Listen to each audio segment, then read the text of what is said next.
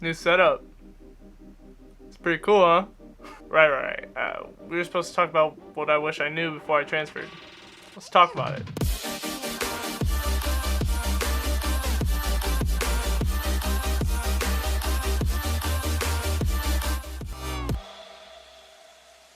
What do you guys think? You guys like the new studio?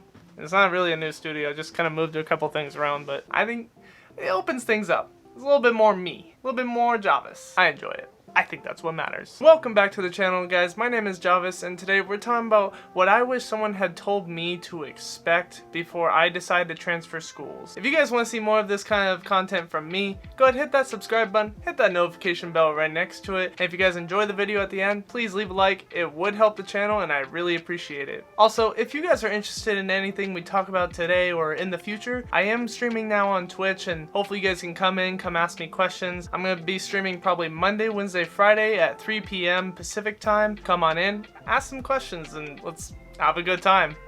Alright, now the shameless plug is out of the way, let's go ahead and get into the main reason that you guys are here, and that's to pick my brain as to what I wish I had known before I decided to transfer schools. More specifically, what I wish someone in my shoes now would be able to tell my past self back then, because there wasn't a ton of people doing what I do now. Back then, there wasn't really a resource for me to have to learn these different experiences that I might experience in the future, and that's kind of why I'm making this video now, because I'm sure there's someone else out there in the world that might be in my situation that I was in when I was transferring from my different schools. So I want to be able to be that resource for them, and if I can even help one person, you know, that's a job well done. That's a successful job right there on my part. So if you're able to come away with a feeling of better understanding about your situation and, you know, what you should be expecting at different points in this process of transferring, hopefully you'll be able to come back to this and remember that, you know, someone was out there looking out for you. That was me. So go ahead, leave a like if you do like that. Shameless plug one more time. Okay, let's talk about number one. And number one's kind of scary. It scared me. It scares a lot of people, and that's the potential of having to be on your own, the potential of not having anywhere to go. Understanding the process of transferring isn't always going to be easy. Your whole life you have a team that you're growing up with, and you move on to college, you have a team that you have teammates that you're always talking to and stuff. When you transfer, you know, you still have those connections, you still talk to those people, but when you transfer, a lot of times you're on your own. You're trying to find your way. Now you have the portal. Back when I was transferring and doing all of my different transferring, all that, we didn't have the portal, so it is a bit different now. So if I was to relate it to you guys have the portal now, but even with the portal, you guys are still having that potential to have to be on your own and have that uncertainty in your future on where you're going to end up or what's going to happen with your career. I mean, you know, you start thinking about it, your career's on the line. If you don't end up at a school or you don't end up at the place you like to be and you're wondering, was it even worth transferring? That's a really scary thought, and you know, it goes through a lot of people's heads sometimes, and I just want you to know that those thoughts might pop up if you don't immediately get picked up to another school. It might happen, and that's just a reality of it, and I'm just trying to keep it real with you guys that those thoughts might cross your mind. Just be ready for that and don't let it suck you in. Because you got a lot more to play for than just letting those thoughts rule you. It's just important to know that even with the transfer portal, it doesn't guarantee that you're going to get picked up to another school. And that's kind of what drives me to my next point. It's point 1.5, I guess, is that you need to use this kind of as motivation to get to where you want to be. You need to have that blind faith almost in your ability to play, and that the trust in the process. You know, it's not just a phrase. You're really trusting in the process, in the recruiting process, to try and get you where you want to go. And that's really important, because if you don't, you'll get lazy or you'll get scared and you won't train because you don't see the point. You want to be able to have that blind faith and just keep training as if you're going to be playing tomorrow, because if you don't, you might get left behind. I just want to reiterate again, it did happen to me. I was feeling pretty insecure about my own situation when I transferred, because quite honestly, like I said in my D1 story, I was not sure if I was going to play football again. It was a scary situation, blah, blah, blah. Anyways, I, got past it. I just kept that blind faith, and I made sure that I was moving on, and I kept, What's the phrase? What's the phrase? Oh my gosh, what's the phrase? Nail to the grind? No, it's not nails. And whatever the phrase is, you want to make sure you're staying on your own path and that you are training just as hard as you were the day before. Alright, look, I'll be real with you. My next 2 points kind of interweave with each other, so let's just knock down the second one right now. And that's politics. You almost for sure will have to deal with politics. At some point, every single person that transfers has to deal with some form of politics. I had to deal with it. Every person, every player that I know that transferred had to deal with it. You're just gonna have to be prepared for taking on the different hoops and trials you're gonna have to jump through in order to get on the team and make sure you're good. Because if you don't, you're not gonna end up on the team. And that means getting in connections with as many people as possible, playing the recruiting game all over again. You know, you're in college, you got recruited, and now all of a sudden you're back on the recruiting board, so you gotta play the recruiting game again. So you gotta start making highlight tapes, making some sort of film for coaches to watch. And especially in this time of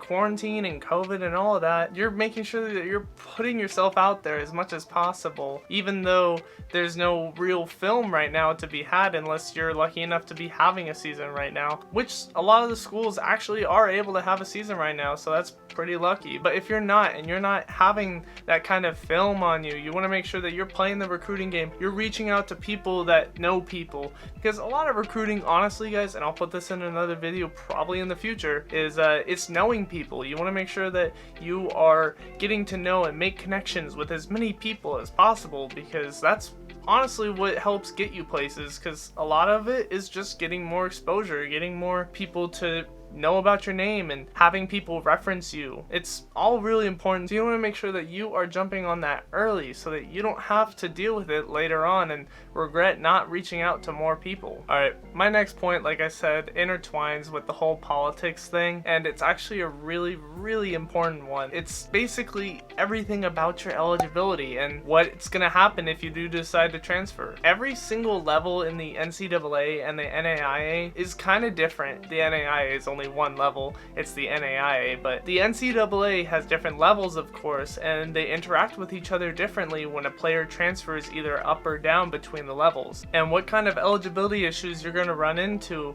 if you transfer from, like me, JUCO to a D2 to a D1 single A back to a D1 double A. You have to understand what's going to happen. As for me, I had to sit out a year and I had to burn a literal year of eligibility. That is a year I will not get back. Unfortunately, of course. But in the end, now I'm able to pass that knowledge on to you guys. And trust me, I hate that it happened. I wish I had known what would have happened if I had just went to my D2 and then maybe transferred straight to the D1 AA. Or if I had gone straight from JUCO to D1 single A and then maybe to a D1 AA. You know, it's up to you guys to figure out these different scenarios and your own scenario on what's gonna happen if you transfer, because I thought I was gonna be able to get that year back. I thought I was gonna be able to get a waiver in spite of my injury, and that actually brings me to my next point is don't assume anything. When I got my injury, I hadn't played. I had not played. I actually used my redshirt year at my D2 that fall, and then come winter,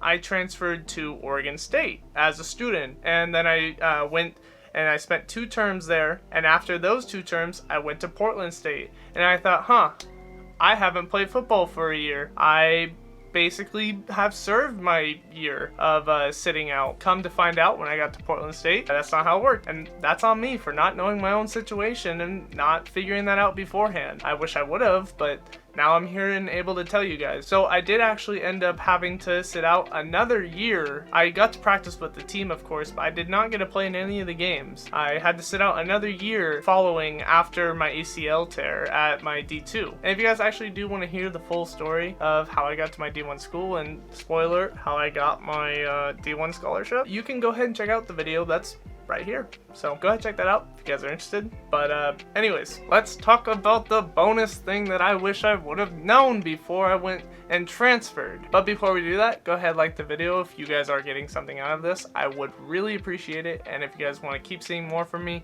go ahead, hit subscribe down below and hit that bell notification like I said, and follow me on Twitch. Actually, you know, I just started doing that. Go ahead, follow me on Twitch. So anyways, for the bonus tip, I am going to switch it around a little, and it is going to be something that I am glad I knew. I'm glad I knew before I transferred. I'm glad I knew while I transferred. I'm glad I knew after I transferred. I still do it. What I am glad I knew was how to adapt to situations quickly. This can be really helpful in obviously a lot of different situations because you're adapting to all of them. And to borrow that old saying, you want to be like water. You want to be able to move around to different situations and conform to them and make sure that you are filling the space that's needed. So for example, when I went from Oregon State to Portland State, going from a D1 to a D1 AA, even though I wasn't playing sports at the D1, they still counted it as me going to a D1, and that affected my eligibility. There was a rule that impacted me that, you know, kind of sucked and kept me from getting that waiver approved in the end. So kind of salty about not knowing that either. So there's a secret little bonus tip right there. But anyways, going from that D1 to the D1 AA, there was a lot of situations I had to adapt to personally. I had to make sure I was on top of all of my different eligibility concerns, so I was going to the people who covered that every single day. You guys don't need to ask them because this video probably won't even reach them, but I was on them every single day, if not every other day, if I needed to go home or something, but I was on them all the time trying to figure out my situation as far as my eligibility and how my waiver was going and building up a case for me so that I could get eligible almost immediately. And mind you guys, when I transferred to Portland State, it was in the summer, so we were already pretty, far into fall ball. It was August, and so I wanted to get eligible so fast so I could be ready and try and get in some sort of rotation so I could get to playing during the season, which was fast approaching. Unlike now, which is COVID, so whatever.